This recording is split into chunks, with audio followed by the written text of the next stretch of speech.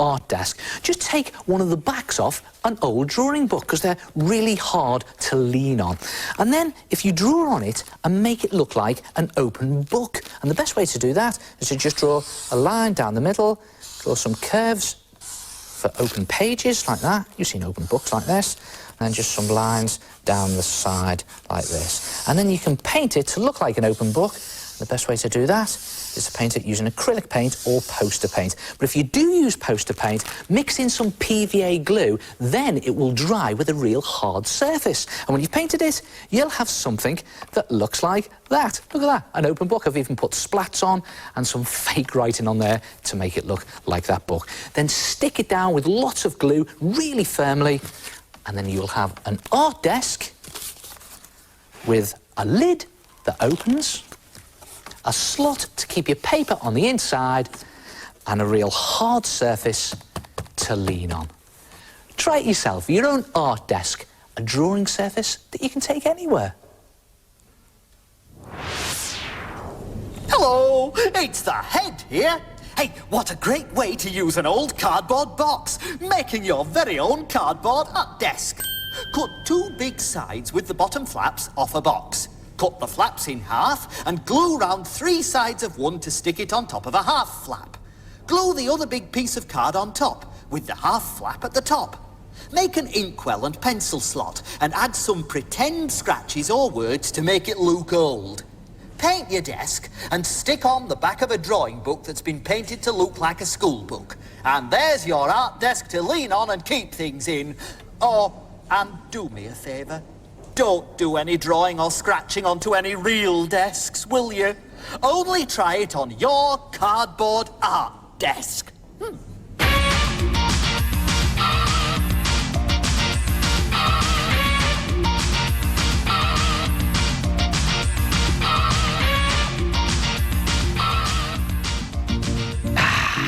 Hey, what's this? Learn to scuba dive here. Right. Hey. Well? What's in here then? Look at that. What? In a shop?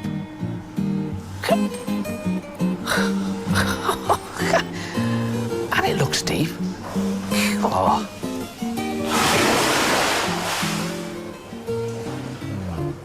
Come on, that gives me an idea for a big art attack.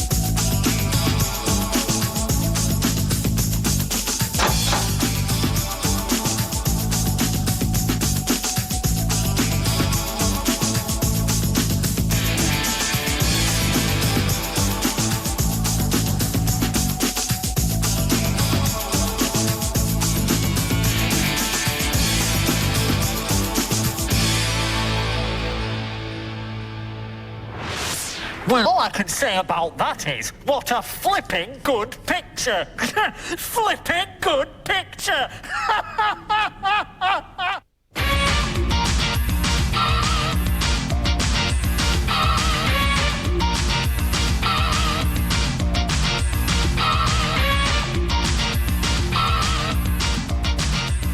Just take a quick look at this drawing. Any idea what it is? Yes, a couple of shaky lines in there. And of course, it's a wobbly jelly.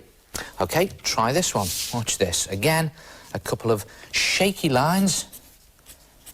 And now, this man is shaking like a leaf. Good effect, isn't it? And you know, it works with absolutely anything. If you put a couple of lightly drawn lines around the outside of something, it makes it look as if they're shaking and wobbling. So, OK, let's try it in this cartoon. Here's Jack climbing up the beanstalk like in the famous fairy tale, and he's high above his house in the clouds, and in fact, he's so high, it's really windy up there, and everything is shaking and wobbling. He's blowing in the wind. The beanstalk is shaking and wobbling, and just put two lightly drawn lines around the outside edge to make it look as if it's all shaking. Well, eventually, Jack gets to the top of the beanstalk above the clouds and discovers the giant's castle. And the giant shouts out, "Fee, fi, fo, fum," and other giant things. And his voice booms out so loud that the whole castle shudders. Now, again, a couple of lightly drawn lines around the outside edge of things to make it look as if they're really shuddering. Yes, of course, Jack doesn't react very well to that. He starts to shake like a leaf, and again, two lightly drawn lines on the outside edge, and he's shaking and wobbling. Well, eventually, the giant starts to chase Jack, and he chases him all the way down the beanstalk.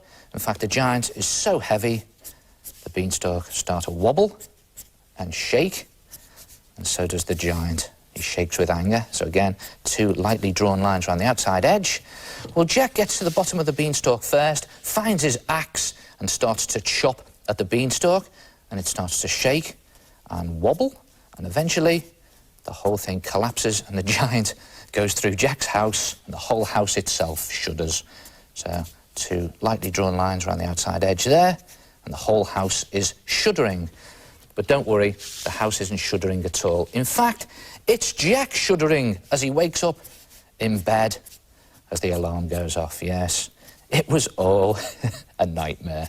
And just a couple of lightly drawn lines around the outside edge of the alarm clock to show it's shaking and wobbling. Try it yourself. Make things shake and wobble in your cartoons with shake and wobble lines. Oh, what an effective drawing tip. Two lightly drawn lines around the edge of something to make it wobble. You see, it even works with words. It's great to make things wobble. It's wobble-tastic. Whoa.